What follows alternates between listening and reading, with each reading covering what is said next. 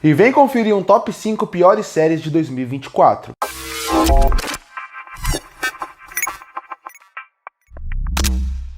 E eu consegui assistir muito mais séries que o normal esse ano para conseguir trazer esse vídeo de top piores séries e melhores séries do ano. E foi uma boa experiência em muitos casos e outros nem tanto. E por isso que eu trago o top 5 piores séries de 2024. Então vamos à lista.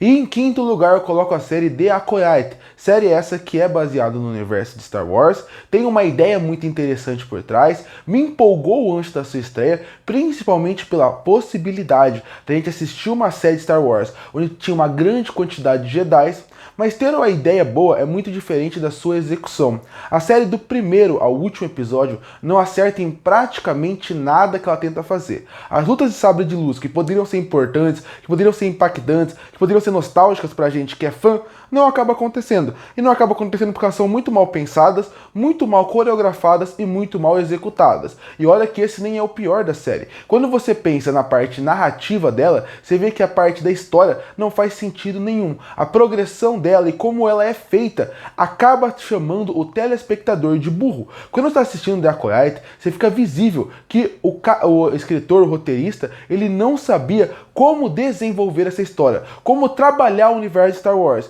E a gente que é fã acaba sofrendo muito. Os personagens são muito mal trabalhados, são muito mal desenvolvidos, e as ideias que parecem no papel muito boas, quando elas chegam na prática, você vê que elas não são bem executadas. Algumas até que você, que assistiu a série, já entende como aquilo não faz sentido. E sem contar de repetição de fatos, e sem contar a péssima utilização do universo, e sem contar as atuações que também não funcionam bem. E por isso que ela fica em quinto lugar nessa lista. Foi aquela série que assisti semanalmente, foi praticamente uma tortura.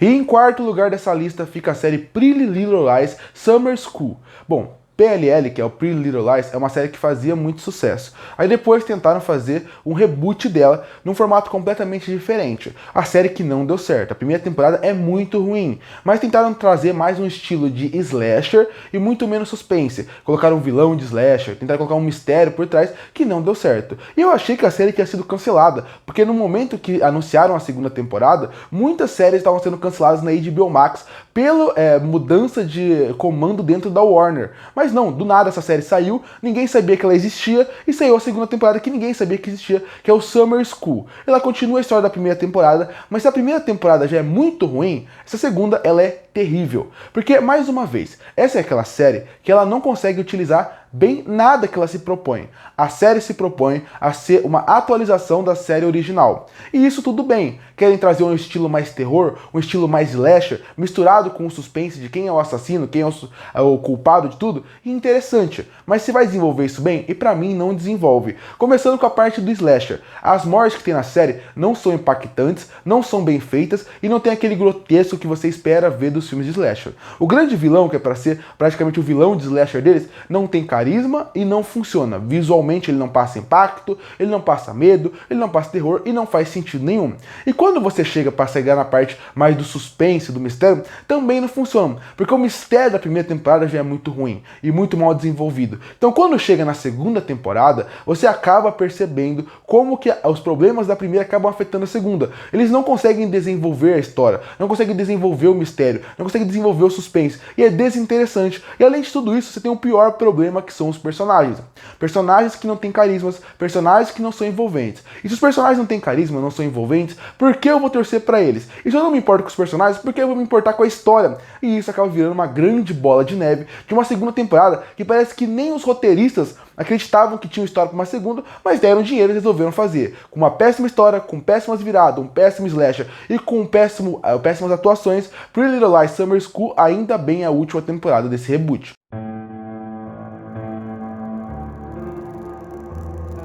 E em terceiro lugar dessa lista eu coloco American Horror Stories Delicate. Bom, American Horror Stories, para quem não lembra, já foi uma série que já foi considerada consagrada. Quando o Ryan Murphy trouxe a série lá pro começo dos anos 2010, você pode perceber que ela era uma série que ela ganhava muitos prêmios. Ganhava prêmios e concorria em várias categorias diferentes dentro do Emmy. E quando você pensa o que é o Emmy nada mais é que o Oscar das séries de TV. E ele sempre estava concorrendo, sempre estava ganhando. Em algum momento nesse meio do caminho, você vê que o nome ficou mais forte que a história. Não tinha mais história, não sabiam como eles tirar, e a partir daí, American Horror Story, que já teve grandes temporadas, hoje é só um nome forte dentro da indústria que não consegue entregar mais. Mas eu achei que eles não conseguiriam chegar no fundo do poço, mas Delicate é a prova de que eles conseguem. Com uma temporada que brinca muito com vários elementos já usados em American Horror Story, Delicate brinca muito com a parte do demônio, misturado muito com a parte do suspense, misturado muito com a parte de como funciona aquela ideia de alguém vai gerar um demônio. Quando você pensa um pouco nisso, você pensa que o American Story já usou isso em outras temporadas, e já usou melhor, com atuações melhores, com personagens mais interessantes. Porque quando você pensa nessa série, quando você pensa em um filme de terror, numa ideia de terror, a primeira coisa que tem que funcionar seria a ideia da história. Porque se a ideia da história funciona, ela te convence como público a querer ir atrás para poder consumir ela. E isso não funciona aqui. A ideia não é tão boa como parece na cabeça dos produtores. A ideia da série de realmente trazer um demônio, de trazer uma ideia de construir uma ideia de quem é a pessoa boa e ruim em volta da protagonista, não funciona muito bem. Com cortes muito rápidos e com momentos de passagem de tempo que não funcionam, essa última temporada de American Horror Story prova como eles estavam completamente perdidos no que eles queriam fazer e não tinham mais ideias. Você vê que o mistério não é bem trabalhado, porque a ideia inicial não é bem colocada, então o mistério não é bem trabalhado, o universo não é bem trabalhado, a ambientação do terror não é bem trabalhada. Então isso acaba virando um desgaste para a própria série. Ainda por cima você tem personagens desinteressantes que não funcionam de maneira nenhuma ao longo da série, que você não se importa, e como eu falei nas séries passadas, se você não se importa com os personagens da série, por que você vai querer acompanhar uma série? Ainda mais uma como essa, que você deveria torcer por ela, deveria sentir a dor dela, você não sente de maneira nenhuma, porque é muito mal trabalhado, muito mal colocado ao longo da série. Com isso, ela não funciona de maneira nenhuma. A série ainda é muito mal dirigida nessa temporada, além de ser muito mal escrita, e o final dela é um terror, realmente um terror. O terror do final da temporada não é como eles chegaram naquele final, e sim quem teve a ideia de chegar naquele final. É um dos piores finais que eu já vi de série de TV. E uma das piores séries do ano. E olha que ela só tá em terceiro lugar aqui. Teve séries piores esse ano. Mas essa série é terrível. Sem contar as atuações. Voltam atores bons, voltam atrizes que já estavam em outras temporadas consagradas, mas quando você vê, e nem eles funcionam, porque nem o roteiro dá material para eles funcionarem. Parece que a American Horror Story Delicate é aquela série que alguém foi pensando como escrever. E quando chegou no final da temporada, eles não sabiam pra onde terminar. Então atiraram para vários lados, de vários gêneros e subgêneros de terror, e acabou virando uma catástrofe. Uma série que não tem um episódio que presta, que não tem uma atuação que realmente funciona, que não tem um suspense legal, que não tem uma ambientação interessante, sendo uma das piores séries do ano.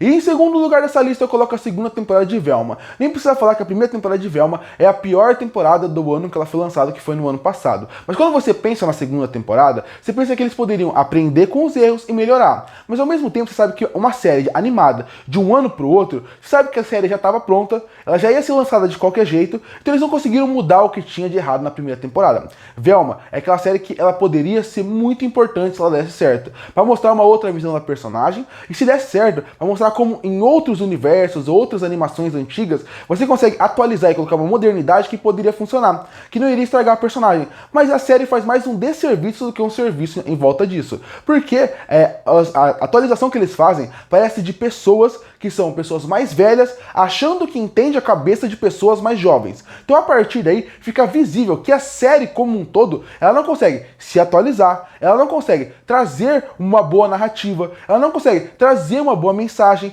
ela não consegue atualizar para uma geração moderna. Ela é uma série que eu não sei porque ela existe. Porque quando você pensa nela, foi o que eu falei, ela não consegue se atualizar. Mas nas partes narrativas ela também não funciona. O mistério envolvendo a turma do Scooby-Doo, que é mais focado na Velma aqui, não funciona, não é empolgante nem impactante como poderia ser.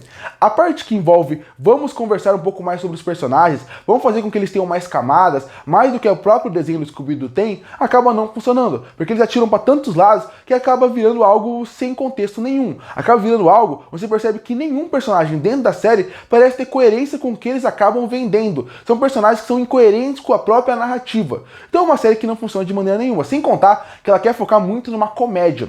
E a comédia também não funciona. É uma comédia que eu sei, é relativo, tem gente que pode gostar, mas pra mim é uma comédia que deixa a série mais chata ainda. Então Velma é uma série que não funciona na parte narrativa, não funciona com os personagens que são desinteressantes, não funciona na parte do mistério, É uma atualização que não é bem feita, a trilha sonora não é marcante e a animação é bem mediana. Falar que a animação de Velma é horrível, eu acho que é um erro. Eu acho que os traços e a estética escolhida dão uma linguagem própria pra série. Mas mesmo assim, não é uma animação que eu gosto, não é um estilo que me agrada. E a parte que eles vão desenvolvendo a animação, você vê que ela, às vezes até parece que ela tá pior do que o normal. É uma série que não funciona de maneira nenhuma. Eu não consigo encontrar um ponto positivo da série. E o que eu vejo de mais ou menos positivo no começo de uma temporada, ou de um relacionamento que parece que vai ser interessante, você vê que ao longo da temporada eles conseguem ir destruindo até as coisas que parecem ser boas. Uma série terrível, uma das piores do universo do Scooby-Doo.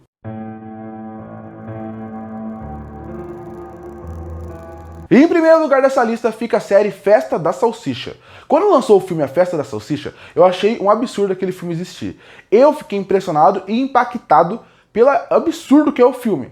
E fizeram uma série que veio do nada. A série, pra mim, ela é a pior do ano por vários motivos. Primeiro porque o conceito da Festa da Salsicha eu acho bizarro. Como eles usam a parte das comidas pra poder existir. Mas se eles conseguissem brincar com o conceito de comida fora da prateleira, de estragando, de ficando mofado, poderia ser interessante. É uma linguagem até legal se parar pra pensar. Mas quando você vê a série, você vê que eles só pensam em uma coisa envolvendo a série. Que seria, vamos falar de uma série mais 18. Então a partir daí, cenas de sexo, palavrões, isso é o que para vender a série, assim como o filme fez.